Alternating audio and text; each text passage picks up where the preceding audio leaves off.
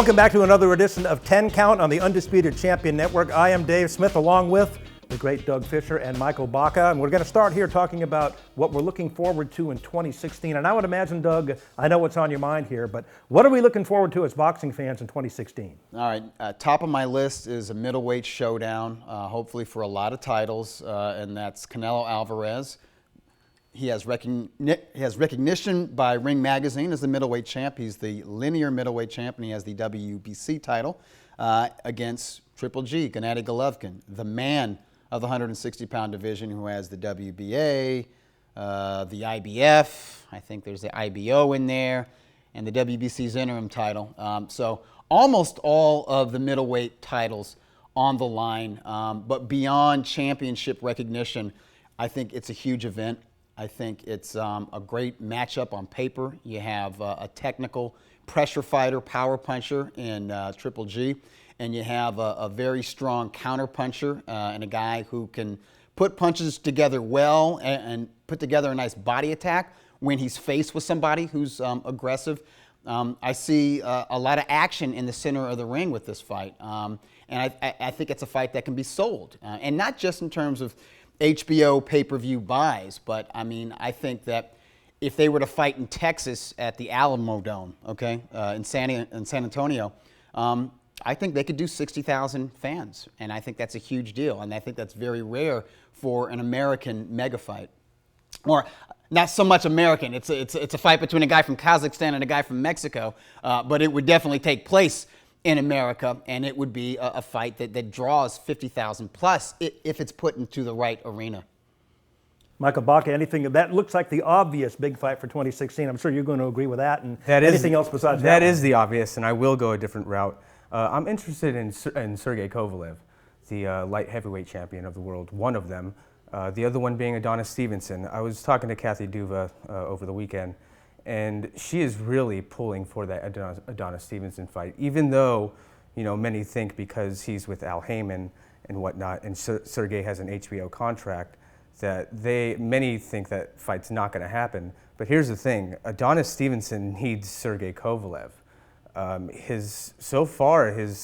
Since he won the WBC title against Chad Dawson, and he knocked him out in the first round, he hasn't had an impressive stretch, and Kovalev has since surpassed him. They also, Duva, who promotes Kovalev, they also have Andre Ward lined up. That is a spectacular fight. Andre Ward has kind of been missing from the boxing scene the past couple of years, but he's still regarded as one of the tremendous talents in the sport. And now he's moving up to 175 pounds after cleaning out the 68 division. And he's going to go up against Sergey Kovalev. It's not really an ink yet, but the plans are in place with both of them being in HBO. Yeah, their contract, when both Kovalev and Andre Ward re-signed basically with HBO. I think it's like a 3-fight deal for both of them. Yep. And part of that deal is that they agree to negotiate a fight by, I think it's June or July of 2016. So that's a fight that they definitely want to do during the second half of 2016. And it's an amazing matchup because it'll be the first time in a long time that Andre Ward might be viewed as the underdog. Yes, he has absolutely. some significant challenges. A, his inactivity, and B, stepping up to light heavyweight as a professional. Yep.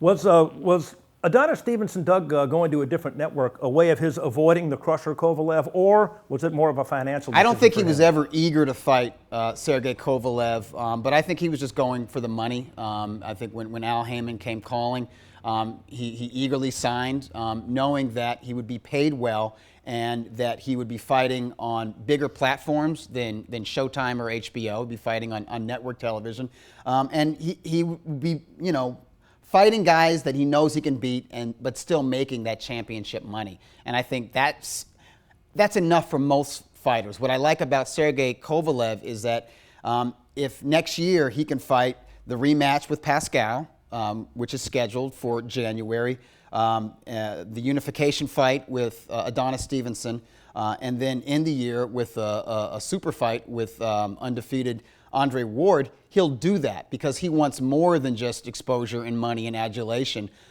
He's looking for that legacy, and that's what makes Crusher Kovalev a special fighter, and he could make for a very special 2016. Something else I'm looking forward to is how the heavyweight division plays out in 2016. Tyson Fury really shook up the deck at heavyweight in the heavyweight division by upsetting Wladimir Klitschko in November. It's going to be interesting if he can beat Wladimir Klitschko in their rematch, which isn't set in stone, but they're talking about doing that. The heavyweight division can become entertaining again. It can become interesting again. Showdowns between Tyson Fury and Deontay Wilder.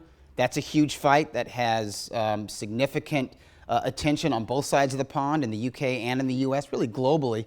Or Tyson Fury against David Haye. I know he hates David Haye because David Haye has pulled out of at least 2 fights with him, wasted a lot of Tyson Fury time, but that's a huge fight in Britain. And, at some point, Anthony Joshua is going to evolve to where he can maybe not take on Tyson Fury next year, but to where he's fighting legitimate top 10 and top 5 contenders. And I think that adds a lot of excitement to what was once the glamour division. Absolutely.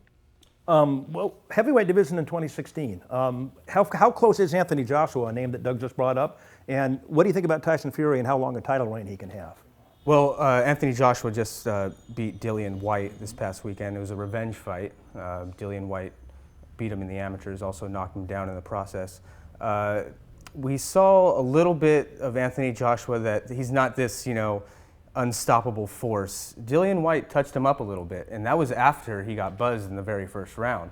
I think he touched him up in the second round or something like that. Buzzed him with the left hook? Yeah, absolutely. And then Joshua came back and hit him with that uppercut after, what was it, like a left hook in the 7th round? Yeah, he was breaking him down. Yeah, absolutely. He had a sluggish round 3, and then just kind of gradually broke down White in rounds 4, 5, and 6, and closed the show in dramatic fashion in round 7. And here's the thing, it was an exciting heavyweight fight. That's what we need. That's what we need. And guys, as far as Anthony Joshua facing Tyson Fury, I would give 2017 as the year, not 2016. When Al Heyman and the PBC first started up, guys, I was excited to get a network television again and free boxing, but it just seems like it hasn't created the buzz that I thought it would, and people aren't talking about it now that they were a year or so ago when they first started. Oversaturation this year, too many platforms that have their own sort of formats, production formats, and not the right fights being made with the best fighters within the premier boxing champions. What I'm going to be looking for from the PBC in 2016 is for them to start matching their stars together. I want Keith Thurman against Sean Porter. I want Danny Garcia if he beats Robert Guerrero, which he should, which we all know. That's been the problem with the PBC. There's a very strong A side, and the A side usually wins. Danny Garcia actually fighting like the winner of a Keith Thurman, Sean Porter. And I'd also like to see if they start working with other promoters. Kell Brook is not a PBC fighter, but he is a top welterweight. I would love to see Kell Brook in that mix with Thurman and Porter and Garcia. Mm-hmm. How about, let me throw this one by you, Michael Baca. Pacquiao-Mayweather rematch on network TV, like it was back in the 70s with the Ali fights and Sugar Ray Leonard. Kind of a make good, kind of a rip off the first time around. How about putting it PBC on network television, the rematch for boxing fans? I think it's a viable option for PBC. It'll definitely get their name out there. PBC was created so it can go to the casual fan, it being available to everybody.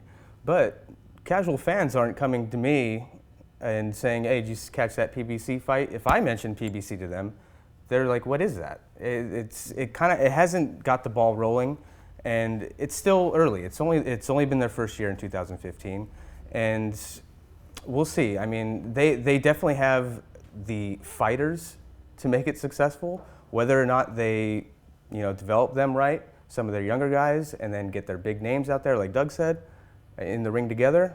I mean, they have to make a move at some point. And Deontay Wilder is a big piece of Absolutely. that puzzle, especially an unbeaten yeah. American heavyweight champion. That's a big deal. And the division is wide open now. Is that one we're going to see in 2016? Wilder Fury? And where would that fight take place? London or in Las Vegas? That's a great question. I think Fury has the bargaining power in that one because he has all the belts, but we'll see. Maybe Heyman can get him and pay for it over here. So you said that's the big one, and then Anthony Joshua in 2017. Yes, Against 2017, Tyson. Anthony Yes. Joshua versus either Deontay Wilder or Tyson Fury. Those are monstrous, huge fights. How long does Tyson Fury hold the belt? Careful matchmaking, or is he the best guy out there, Michael? I really like his boxing IQ. He's really smart in there, and we saw that with Klitschko.